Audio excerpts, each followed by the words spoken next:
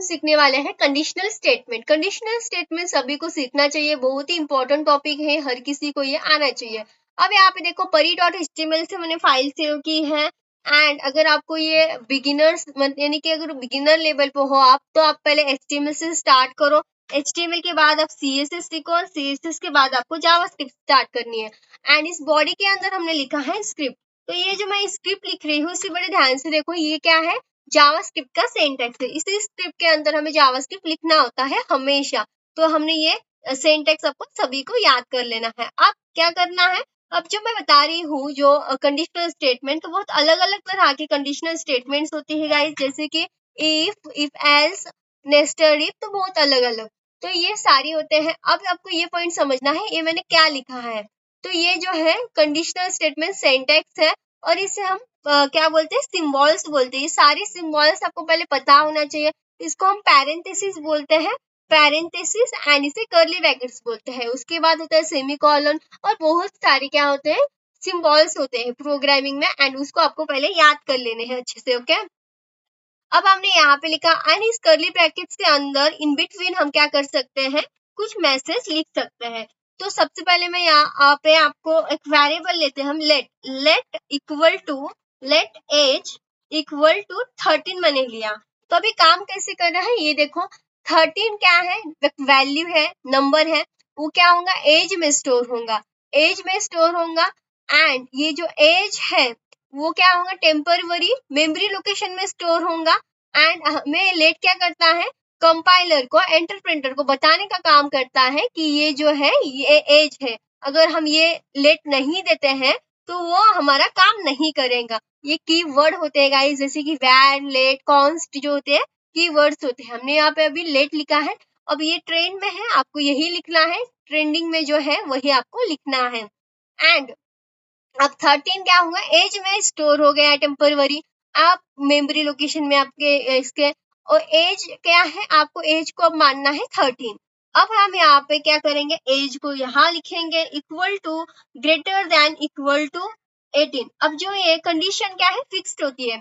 अब आपकी कोई भी कंडीशन हो सकती है। यहाँ पे हमने क्या लिया है, आपके प्रोग्राम के अकॉर्डिंग हम यहाँ पे वोटिंग का प्रोग्राम देख रहे हैं। जैसे कि कंडीशन है, अगर 18 जो है, 18 जो नंबर है उसके अगर इक्वल टू रहा, यानी कि जो इक्वल टू है, अगर इक्वल टू है तो वैल्यू क्या आएंगी आपकी, आप क्या कर सकते हो, ओट कर सकते हो, यानी कि मैच हो रहा है ना, इक्वल टू लगा यहाँ पे, अगर मैच होता है तो आप ओट कर सकते हो।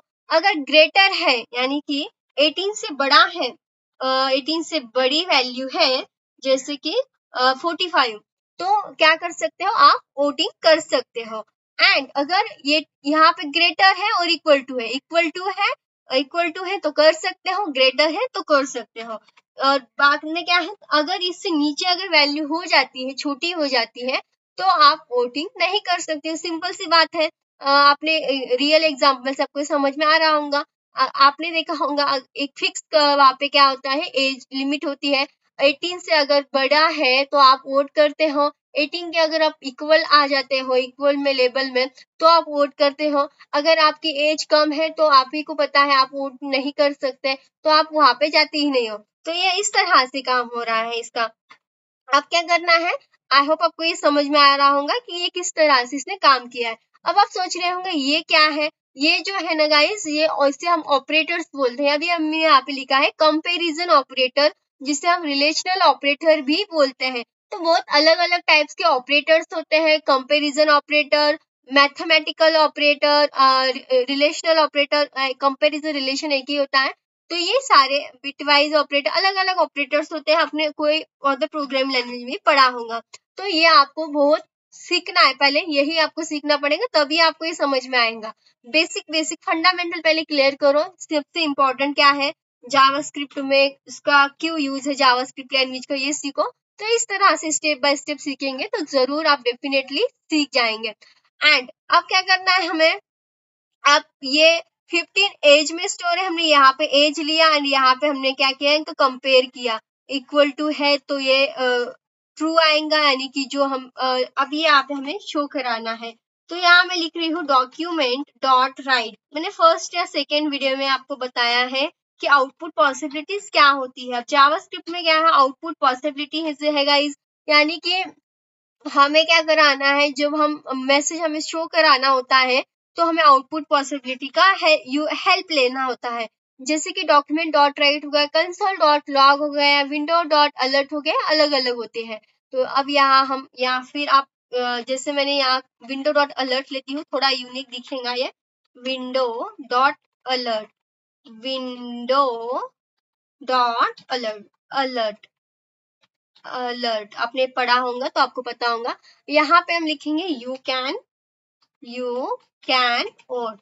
अब ये ओट कब करेगा, अगर वैल्यू इक्वल टू है तो ओट करेगा। देखते हैं, अब लिखेंगे हम यहाँ पे इक्वल टू, ओके 18 है, इक्वल टू आ रहा है, ओपन ब्राउजर करेंगे तो मैसेज प्रिंट हो रहा है। देखो यहाँ पे थोड़ा सा हमको जूम करके दिखाऊं तो ओके जूम नहीं हो रहा है, क्योंकि ये जो है विंडो है एंड इसमें जूम नहीं होता है, मैसेज आपका जूम होता है, सॉरी ये आपको जूम नहीं होगा।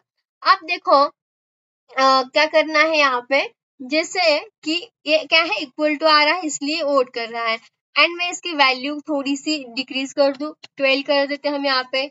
तो अब क्या होगा, अब यहाँ पे ब्राउजर में कुछ भी शो नहीं होगा। क्यों नहीं हो रहा है गाइस, क्योंकि ये फॉल्स में चले गया, क्योंकि यहाँ पे कंडीशन मैच भी नहीं हो रही है, तो ये आपको मिल ही नहीं रहा है, तो ये फॉल्स हो गया। एंड आप चाहते हो कि नहीं, जो फॉल्स वैल्यू है, जो फॉल्स स्टेटमेंट है वो हमें दिखाई दे, तो आप क्या कर सकते हैं, एल्स पार्ट, एल्स जो है वो आप लिखा सकते हो यहाँ पे, जैसे कि एल्स लिखना है, कर्ली ब्रैकेट्स लिखना है, एंड यहाँ पे हम डॉक्यूमेंट जो भी आपको आउटपुट पॉसिबिलिटी ठीक लगे वो आप ले लीजिएगा। डॉक्यूमेंट डॉट राइट में ले रही हूँ, एंड इसके इन बिटवीन हम लिखेंगे you can not vote, you can not vote. देखो गाइज, एक अपोजिट आपको लिखना है, नॉट ओट, अपोजिट लिखना है। पहले क्या लिखना है, you can vote and you can not vote, क्योंकि ये फॉल्स कंडीशन है, ये ट्रू कंडीशन है। ट्रू होता है तो फर्स्ट वाला पार्ट एग्जीक्यूट होगा, फॉल्स होगा तो अगर फर्स्ट अगर फॉल्स है तो अपने आप ये सेकेंड वाला एग्जीक्यूट होगा। अगर ट्रू है, फॉल्स, ओके आपको समझ में आ रहा होगा। कंट्रोल एस सेव करते हैं, ओपन इन ब्राउजर करते हैं, तो देखो यू कैन नॉट ओट क्यों आ रहा है, यू कैन नॉट ओट क्योंकि यहाँ पे ना ही तो वैल्यू मैच हो रही है, ना ही तो वैल्यू इससे बड़ी है, तो इसीलिए। तो आई होप गाइज आपको ये कंडीशनल स्टेटमेंट क्या होता है समझ में आया होगा। कोई भी आपको प्रॉब्लम है, कोई टॉपिक अच्छे से समझ में नहीं आ रहा है, तो आप मुझे व्हाट्सएप पे जरूर मैसेज कीजिएगा। अगर आप फाइनल ईयर में हो तो फाइनल ईयर्स के प्रोजेक्ट के लिए भी मैं आपको हेल्प कर सकती हूँ।